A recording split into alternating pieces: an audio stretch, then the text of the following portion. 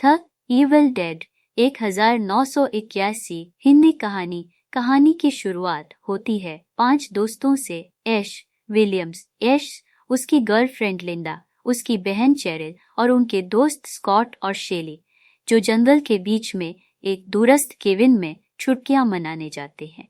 उन्हें पता नहीं होता कि ये छुट्टी एक भयावह और खौफनाक अनुभव में बदल जाएगी।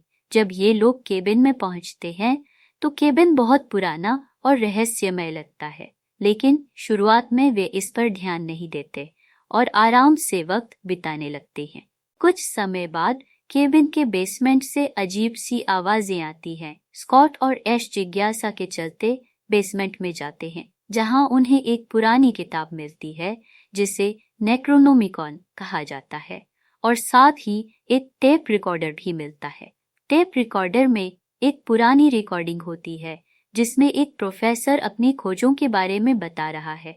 जैसे ही वे टेप चलाते हैं, प्रोफेसर उस किताब से मंत्र पढ़ता है जो मृतकों को जीवित कर सकता है। इस मंत्र के कारण जंगल में छुपी बुरी आत्माओं को जागृत कर दिया जाता है और उनका आतंक शुरू हो जाता है। पहला हमला चेरिल पर होता है। जंगल की आत्माएं उसे पकड़कर उस पर हमला करती हैं, जिससे वह मानसिक रूप से अस्थिर हो जाती है।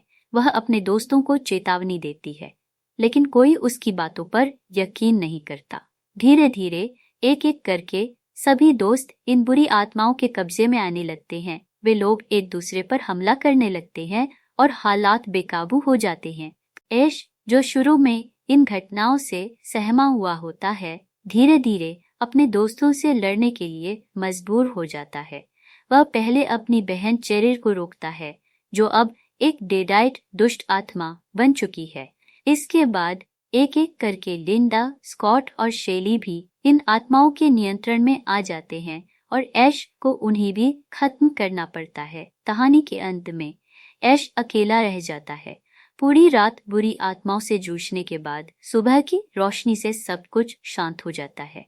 ऐश को लगता है कि अब सब कुछ खत्म हो चुका है, लेकिन जैसे ही वह केबिन से बाहर निकलता है, एक आखिरी बार बुरी आत्माएं उस पर हमला कर देती हैं।